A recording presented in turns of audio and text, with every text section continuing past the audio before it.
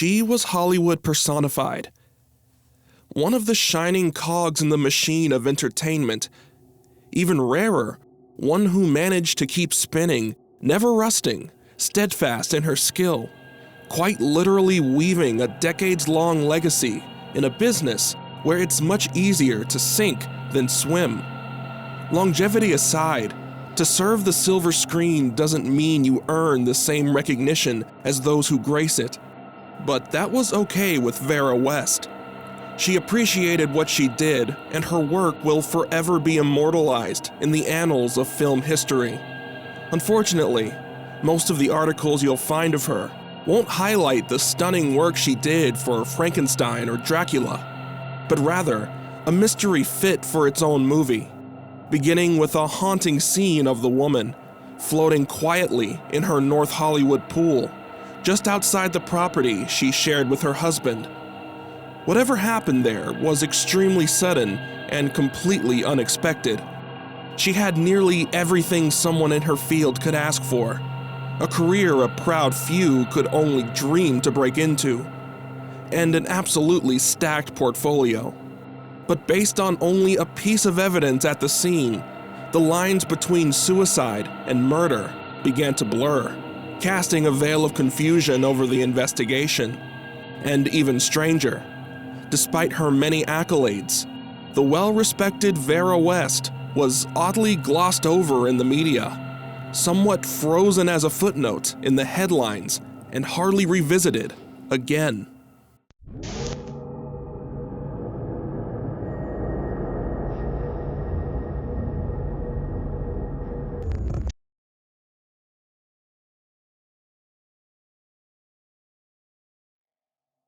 With nearly 400 credits to her name, Vera West had a significant hand in dressing Hollywood's best and brightest since the late era of silent film. In fact, her style was so respected that stars entrusted her to dress them outside of work and into everyday life. Shops were known to even replicate her designs after leading women flaunted her work for all to see in theaters.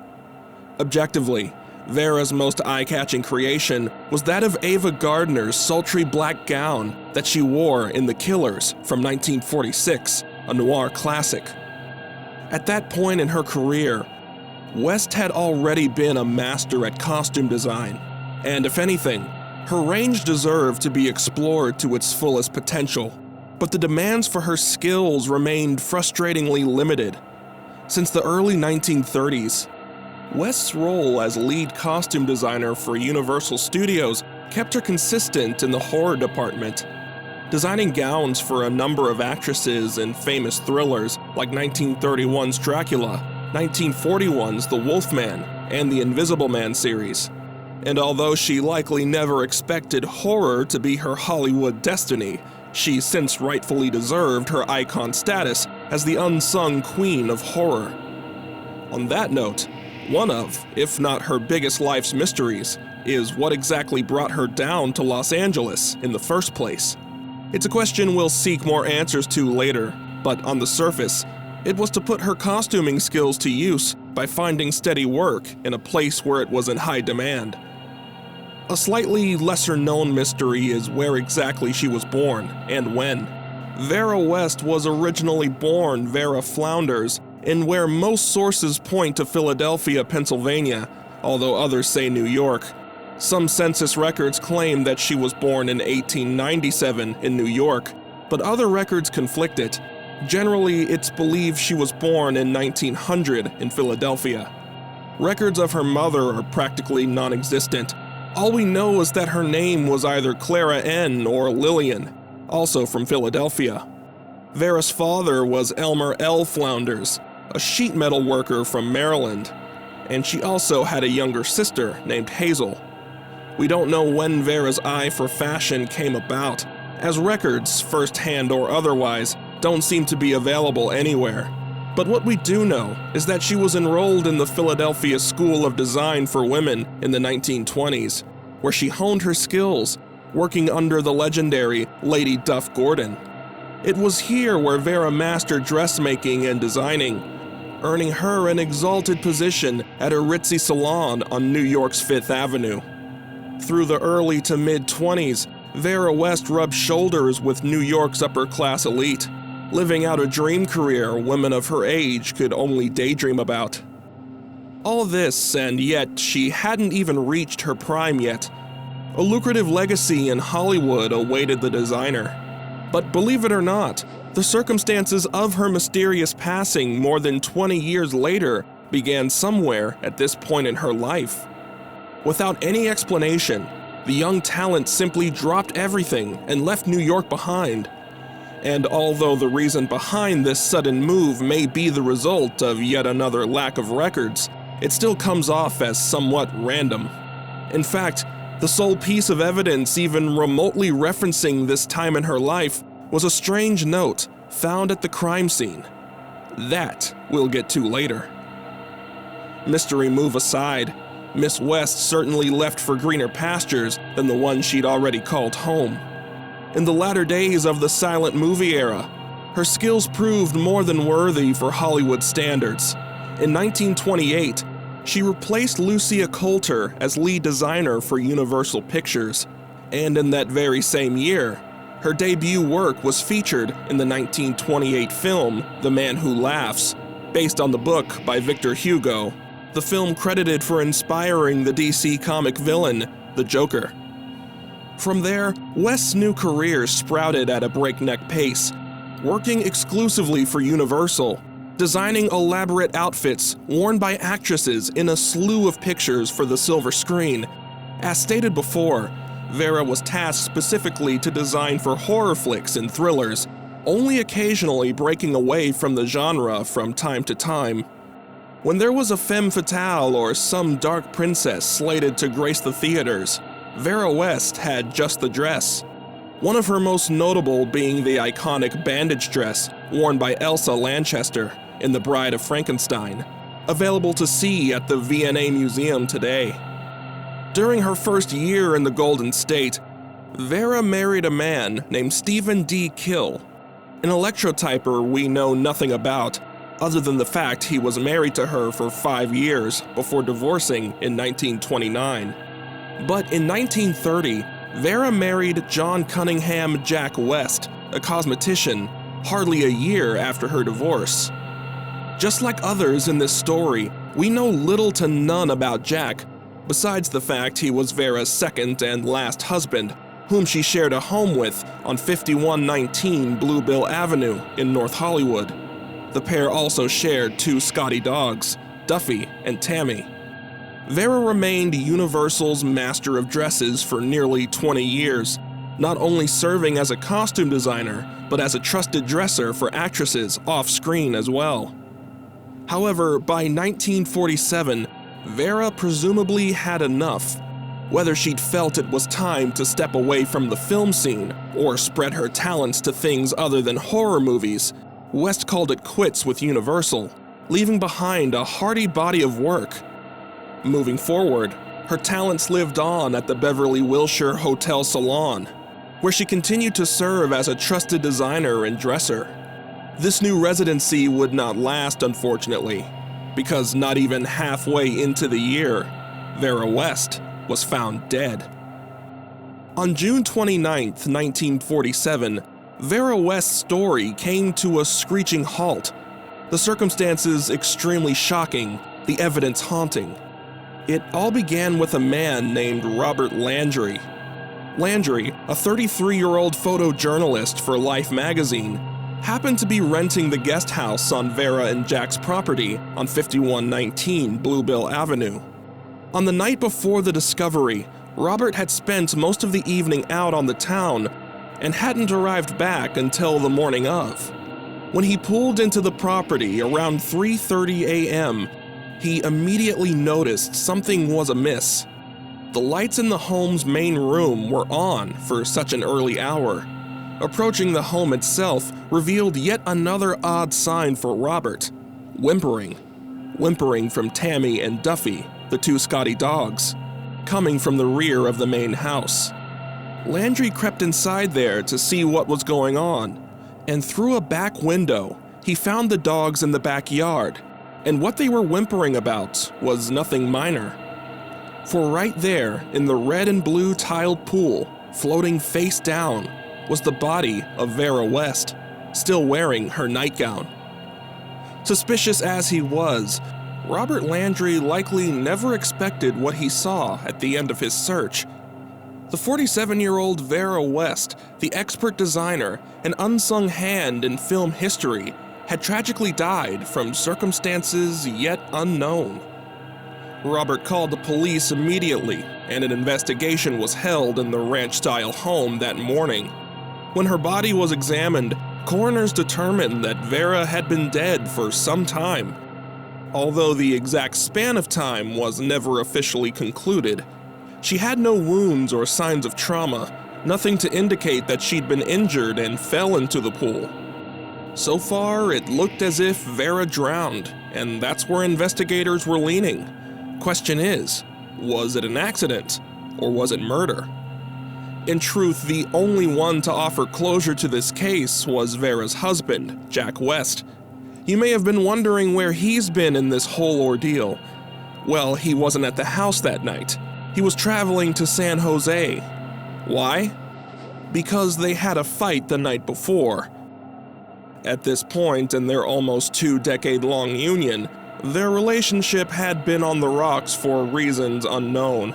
It must have ended badly because Jack had decided to leave the house altogether and get some fresh air in San Jose for a while, but changed his mind during the drive, deciding instead to sleep in his car for the night and turn back around.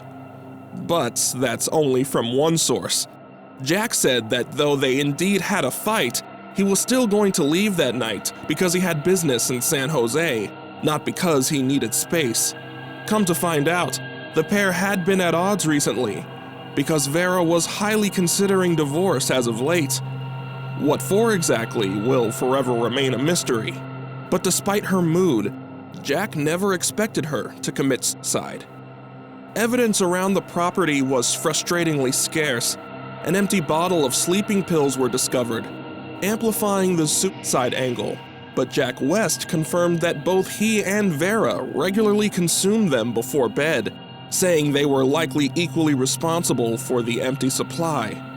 Whether or not she had taken them before her death also remains a complete mystery. However, a secondary piece of evidence investigators found instead offered a very strange, puzzling, very eerie insight into the final moments of Vera West. In the couple's bedroom, written on the back of a torn greeting card were two notes. Two notes written by Vera, the last correspondence she would ever make. Presumably, on the night of June 29th, Vera West wrote the following, quote, "This is the only way. I am tired of being blackmailed." And on the second message, quote, "The fortune teller told me there was only one way to duck the blackmail I've paid for 23 years. Death." The evidence stops here. Right before her untimely death, West let the world know that since her 20s, she'd been the victim of blackmail and that her only option was dying to escape it. This means that for the majority of her career, the majority of her life, Vera kept a secret so intimate that the repercussions of it getting out would have meant something simply terrible. And to reference the note, the designer had even been consulting a fortune teller of all people to mend this problem. 23 years, 1924. That was around the time that Vera first arrived in Los Angeles to start a new life. What could have happened in such a short time into her career that placed such a massive skeleton in her closet? How bad could it have been? And most importantly, who was holding it against her? And even though 1924 places her in California, this brings us back to Vera's seemingly abrupt move from New York. Had Vera West simply made some Hollywood connections from her wealthy Fifth Avenue clients, or was she running from something? If she was, there's only one prominent rumor that stands out and perhaps explains her sudden move to Hollywood, and that's the rumor that she gave birth to an illegitimate child out of wedlock. As uneventful as something like this could be today, to be an unwed mother in the 1920s, especially mingling with the upper class, was something society shunned exceptionally heavy in that time. It could have been life-shattering, career-ending, something that someone in a position like Vera's could have been the cause for losing everything. Did something like this follow her all the way from New York or when she settled in California? Either way, whatever it was, seemed to be close to catching up to her. Another telling detail is who these notes were addressed to. Vera had clearly scribbled the name Jack Chandler, which some think was a name for her husband, Jack Cunningham West. When Jack was questioned about this, he came off as perplexed by the notes his wife left behind, not understanding any of the references she made about the blackmail. Had it been true, she never consulted him about it, indicating that for more than 20 years, his wife was struggling privately with a demon that was gradually keeping up with her. They asked Jack about the fortune teller, but he had no idea who she could have been referring to. Considering Jack was as clueless as investigators, then absolutely no one besides Vera had any insight.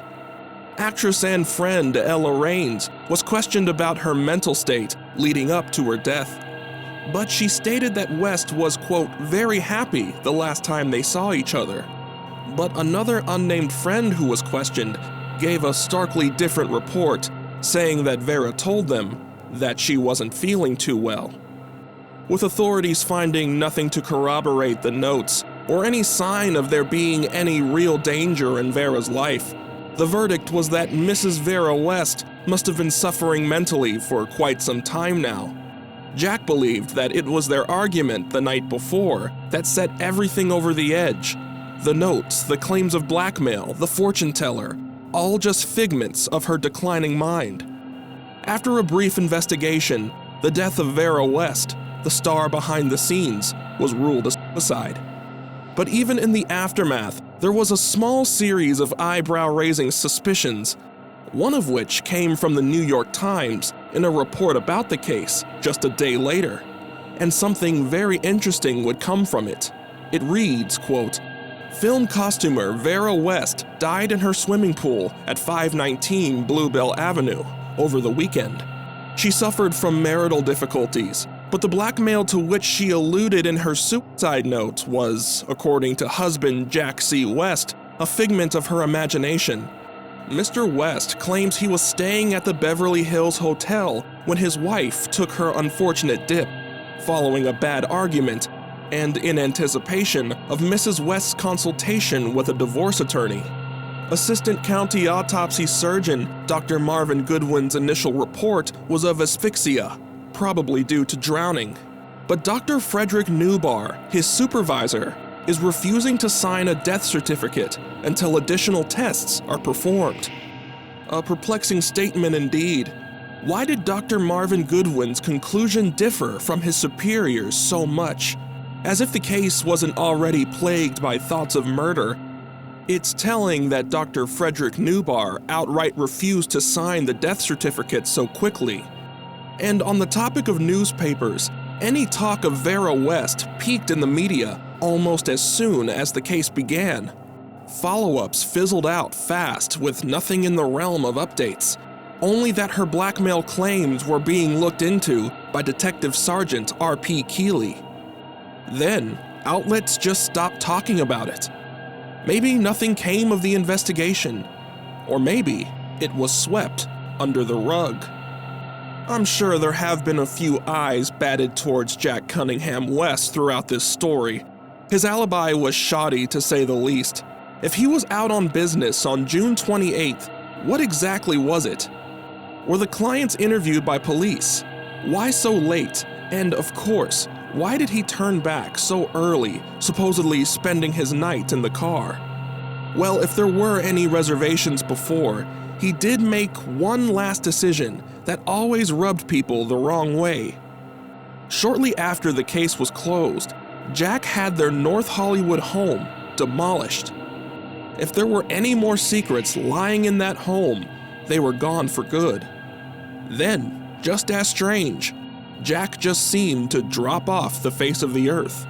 No one knows whether or not he fled from LA or stuck around. Either way, any trace of him records-wise remains non-existent. Could it be that Vera's husband, Jack, may have had something to do with her death? One would think that after whatever they were arguing about, the prospect of divorce by Vera sent him over the edge. But if that were the case, what was the point of the mysterious message? Was the man Jack Chandler, in which they were addressed, in reference to her husband? And if not, who was Jack Chandler? If Vera truly had been murdered, how exactly did it happen? Perhaps an enraged Jack had someone drown her and make it look like an accident. Could the empty bottle of sleeping pills have anything to do with it? And a seemingly overlooked question when studying articles about the matter is, what exactly was Vera doing outside so late in the night? It was June in California, so the warm weather would make more sense for a dip in the pool, but people usually don't go swimming in gowns. What secret could have been so important that a successful 47-year-old costume designer would rather take her own life than face the music? Did she really run from New York all those years ago to create some distance between her and the truth? Or did this unknown event happen when she traveled to LA? Maybe it had something to do with her first relationship with Stephen Kill. Or maybe Jack West was the culprit. His actions after his wife's death were certainly questionable. At the very same time, Vera West very well could have been going through an unseen mental illness that made her believe she was being blackmailed. At the end of the day, trying to run with a single theory always elicits a but or what about scenario that leads one down avenues only leading to more brick walls. As it stands, whatever happened that summer night in 1947 remains a closed case with an open book. The closest witnesses being a pair of dogs named Duffy and Tammy, standing only feet away from their mother, who floated, lifeless in the pool. Vera West was laid to rest at Forest Lawn Memorial Park in Glendale, in the Great Mausoleum's Holly Terrace, a place where many of old Hollywood greats rest in peace. When you place murder and 1940s LA together, the first case to cross people's minds is the death of Elizabeth Short, more popularly known as the Black Dahlia, an unsolved case that still plagues criminal history, and its exceptional brutality turned it into a national headline for quite some time, possibly overshadowing talk about West and her death. All the same, that doesn't stop the passing of Vera West from being just as mysterious. Will there ever be clarity? Or will this just go down as yet another dark secret of old Hollywood?